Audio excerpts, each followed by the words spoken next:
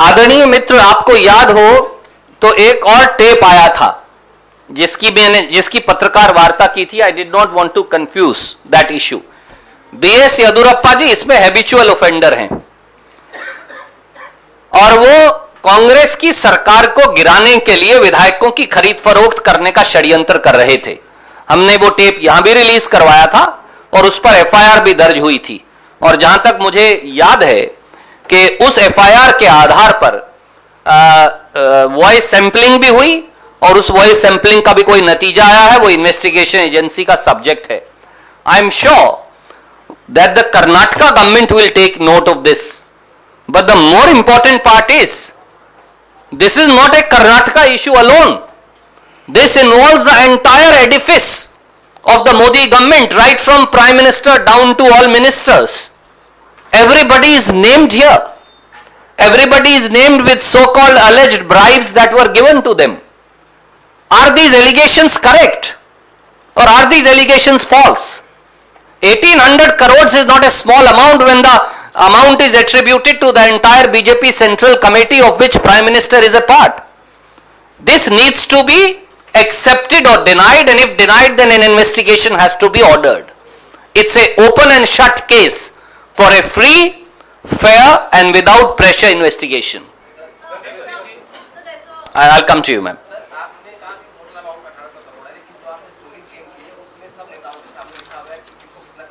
जी, मैं किसी का नाम लेने से बचना नहीं चाहता। यह तो कागज पब्लिक डोमेन में है आदरणीय साथी। मैंने ये कहा प्रधानमंत्री जी से लेकर उनके 1 दर्जन मंत्रियों का नाम और भाजपा नेतृत्व का नाम इसमें है। ऐसे लोगों का जो सबसे जिम्मेदार पदों पर बैठे हैं, ऐसे लोग जो 5 साल से हमारी सरकार को चलाते हैं, ऐसे लोग जो अपने आप को विश्वास के काबिल बताते हैं। इसलिए इस दायरे की जांच होनी चाहिए। हम किसी पर कीचड़ उछालने के लिए नहीं आए भाजपा की तरह। हम केवल देश के सामने तथ्य रखने आए हैं कि ये खुलासा आज एक न्यूज मैगजीन के द्वारा किया गया है। डायरी के कंटेंट्स बाकायदा रिलीज हैं, तथा कथित तरीके से येदुरप्पा जी के दस्तखत हैं। यहां तो जजेस को भी रिश्वत देने की बात कही गई है, 250 करोड़ रुपए की। वो कौन जजेस हैं जिनको रिश्वत दी जा रही थी? किस कारण से रिश्वत दी जा रही थी? अगर ये सारे इल्जाम सही हैं, इसलिए इनकी जांच होनी चाहिए। और अब इम्तिहान केवल और केवल एक व्यक्ति का है और उस व्यक्ति का नाम है श्री नरेंद्र मोदी। अगर आपके अंदर ना खाऊंगा ना खाने दूंगा सही है, या खाऊंगा और खिलाऊंगा सही है, इस बात का फैसला इस बात पर होगा। मोदी जी, देश के 130 करोड़ लोग देख रहे हैं। आज ही इस डायरी की इंडिपेंडेंट इन्वेस्टिगेशन ऑर्डर की जाए, और लोकपाल एक वो तरीका है जिससे वो इन्वेस्टिगेशन ऑर्डर हो सकती है। सर, जो प्रभु सर ने पूछा कि क्या आप लोग इस मैटर को लेकर लोकपाल के पास जाएंगे, एक दूसरा कर्नाटक में आपकी सरकार है तो क्या येदुरप्पा को हिरासत में लेकर के आप उनसे पूछताछ करेंगे? 2 और तीसरा कि राहुल गांधी प्रेस कॉन्फ्रेंस करने वाले थे, उन्होंने प्रेस कॉन्फ्रेंस क्यों नहीं? आदरणीय मित्र, अब मुझे पहला सवाल भूल गया। मैं आपको अभी इसीलिए हमेशा ये कहता हूं, आदरणीय मित्र, आज ये मामला सामने आया है, मामला संगीन है। हम भी इसका और अध्ययन कर रहे हैं, और हर वो कानूनी कार्यवाही जो लोकपाल कानून और देश के कानून और संविधान के अंतर्गत बनती है वो हम सब करेंगे। परंतु मुझे एक बात बताइए, आप एक बहुत जिम्मेवार टेलीविजन चैनल से हैं, क्या ये सवाल मेरी बजाय या कांग्रेस की बजाय या शुक्ला जी की बजाय या आदरणीय वोरा जी की बजाय, क्या यह सवाल जो अपने आप को झूठा चौकीदार, छदम चौकीदार है, उनसे नहीं पूछा जाना चाहिए कि भैया आपने पैसा लिया 1800 करोड़ या नहीं लिया? कि भैया आपने 1800 करोड़ की रिश्वत ली तो क्यों ली? कि भैया 1800 करोड़ की डायरी का ये जो इल्जाम है आपके ऊपर, क्या ये सही है या गलत? और अगर आप ये कहते हैं ये गलत है और आप निर्दोष हैं, तो आप इसको जांच करवाएंगे या नहीं करवाएंगे? उसी से सच्चाई पता चल जाएगी। Well, we'll have to permit everybody to take question. Well, we'll have to permit one question. There are many friends. Randeep sir, आपने चूंकि अभी प्राइम मिनिस्टर से इस पर जवाब मांगा है और प्राइम मिनिस्टर का भी जो सीरीज में ट्वीट्स आया, उस पे आप देख रहे होंगे कि Let me first finish this. I'll take this question then. I'm not running away. With this fact and finding, Lokpal can take so much. आदरणीय मित्र, आपकी बात बिल्कुल सही है, क्योंकि यही देश का कानून है। क्योंकि अब तो देश के प्रधानमंत्री से लेकर उनके पूरे मंत्रिमंडल पर गंभीर संगीन इल्जाम है जो कांग्रेस नहीं लगा रही। जो इल्जाम एक ऐसी तथाकथित डायरी के आधार पर एक महत्वपूर्ण न्यूज मैगजीन ने लगाए हैं, जिसमें उनके पूर्व मुख्यमंत्री और भाजपा के प्रांतीय अध्यक्ष येदियुरप्पा जी के दस्तखत हैं। आज सवाल शुचिता और मर्यादा का है, आज सवाल कानून और संविधान का भी है, आज सवाल जवाबदेही का और जिम्मेवारी का भी है। क्या प्रधानमंत्री इन तीनों पायदानों पर खरे उतरेंगे? क्या मोदी जी अपने आप को वाकई में साबित कर पाएंगे कि वो इन तीनों पायदानों पर खरे उतरने योग्य हैं? इस बात का जवाब दे दीजिए, दूध का दूध पानी का पानी सामने आ जाएगा।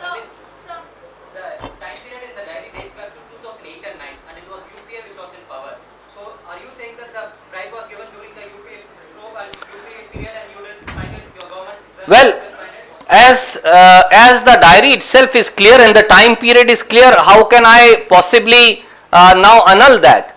The truth is that a so-called theft or bribery was done. It was done during a particular period. It has been exposed now. It was exposed because I did this press conference, if you remember, 2 years ago. We came forward from this very stage. And we said that where is this diary? Please don't forget. So it's not as if I am raising the issue today. I did not have access to any diary then. I said here is a conversation between the then Union Minister for Parliamentary Affairs and the BJP former Chief Minister. Whether there is such a diary, what are the contents of the diary, whether such bribery was done, who took those 1,000 crore rupees? Please read my press release. I asked all these questions. And now it seems that this diary is now out in public domain and has been possibly with the income tax department since 2017. So the question should be asked of the Prime Minister as to why no investigation has been ordered. So I have to ask a question. It's not belonging to this. Once I complete it, I'll come back to you, I promise you. What did your finance minister do during that period, Mr. Pranab Mukherjee and P. Chidambaram? Sunil ji, a matter will be investigated and inquired into only when it is found out. Now that this diary has been caught, it is for Prime Minister to say whether contents are correct or wrong, whether if they are wrong, whether he is willing to get the matter now investigated, whether income tax department refused to investigate it at the instance of somebody higher up in the department, whether a note in this regard was put up, whether Mr. Sushil Chandra, who is now the Chief Election Commissioner and to whom the note was allegedly addressed, completely rejected or buried the note. All the people except for Shri Anant Kumar are still alive. The matter can still be investigated. Sir इस मंच से अक्सर Congress party सहारा diary का भी जिक्र करती रही है और मोदी पर उस पर इल्जाम लगाती रही है, तो सहारा डायरी को भी इस समय आप इंक्लूड करना चाहेंगे? आदरणीय साथी, वो एक अलग केस है, हालांकि उसकी जांच किसी न किसी दिन अवश्य होगी, परंतु यहां तो मामला और गंभीर है। यहां डॉट्स कनेक्ट हो रहे हैं। 12 फरवरी को इस डायरी के बारे में एक कन्वर्सेशन होती है, उसमें 1000 करोड़ रुपया दिया गया, इसका वीडियो उपलब्ध है जो पत्रकार साथियों ने किया। उस दिन भी हमने पूछा कहां है ये डायरी। अब एक न्यूज मैगजीन ने ये डायरी रिलीज की है। इस डायरी में ये ऐसे नहीं है कि किसी कारिंदे या कर्मचारी ने कुछ लिख दिया। ये कहा जा रहा है, और इसकी जांच होने के बाद ही सत्य का पता चलेगा, कि इस डायरी के हर पन्ने पर बीएस येदियुरप्पा जी के दस्तखत हैं। बीएस येदियुरप्पा जी के दस्तखत हैं या नहीं, इसकी जांच भी हो सकती है। इसलिए this is almost A fit case and a full case for proper investigation. I'll come to you, ma'am. I'll take all questions. I'm only taking first on this, then I promise to both of them, then I'll be going to them. Yes, Anil ji. Last question on this subject. तो मैं आपसे अभी I'll come back to you. Let me first go back to him first. Sir मेरा सवाल ये है कि अभी आपने कहा कि प्राइम मिनिस्टर को करप्शन के इस इशू पर जवाब कि सैम पित्रोदा के बयान को लेकर कि विपक्ष किस तरह से पाकिस्तान या आतंकवादियों के प्रति हमदर्दी रखता है और ऐसे में लोग विपक्ष को माफ नहीं करेगा, तो क्या जवाब देंगे? आदरणीय साथी, जब चोर की चोरी पकड़ी जाए, मैं तो ये कहूंगा कि मोदी जी की दाढ़ी में तिनका वाली बात है। ये भारतीय राष्ट्रीय कांग्रेस ने एक बार नहीं, इसी बंद से कांग्रेस अध्यक्ष श्री राहुल गांधी और कांग्रेस पार्टी ने अनेकों बार कहा, और मैं फिर दोहराता हूं, बालाकोट एयर स्ट्राइक हमारे जाबाज एयरफोर्स का के शौर्य का अभूतपूर्व उदाहरण है, और उस पर किसी व्यक्ति को प्रश्न उठाने का अधिकार नहीं। 2, पुलवामा उग्रवादी हमला जिसमें हमारे 42 जवान शहीद हुए, वो मोदी सरकार की राष्ट्रीय सुरक्षा और इंटेलिजेंस फेलियर का सबसे बड़ा सबूत है। 3, जैश-ए मोहम्मद और उग्रवादी मौलाना मसूद अजहर जिसने ये पुलवामा का उग्रवादी हमला किया जहां हमारे जवान शहीद हुए, उसको भाजपा की सरकार मेहमान बनाकर जहाज में कांधार अफगानिस्तान छोड़कर आई थी, जिसकी वजह से वो ये दुस्साहस पाकिस्तान की सरजमी पर बैठकर कर पाया। 4, पाकिस्तान आतंकवाद को पनाह देने वाला देश है। Pakistan is a terrorist state that protects and harbours terrorists like Jaish-e Mohammed as also Lashkar-e-Taiba and many such other outfits। पूरे दुनिया को इकट्ठे होकर इस पाकिस्तान प्रायोजित आतंकवाद से लड़ने की जरूरत है।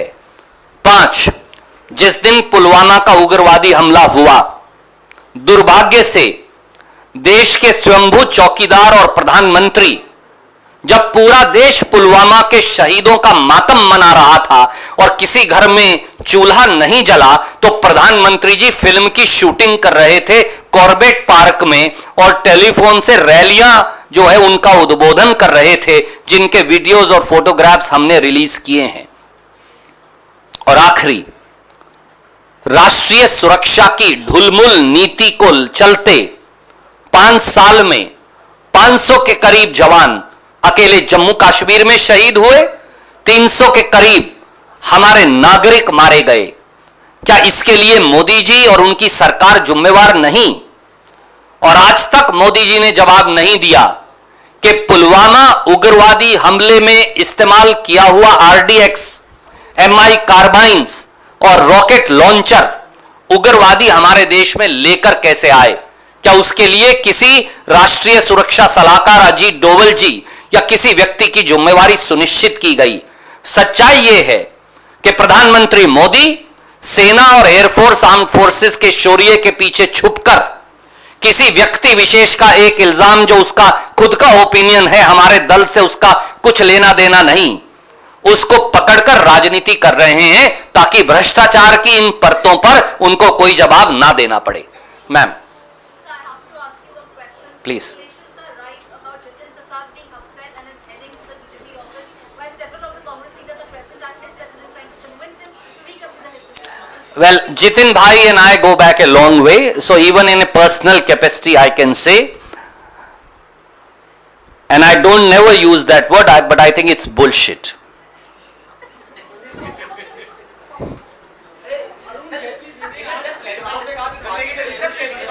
Anil ji, I'll come to you, Subodh ji.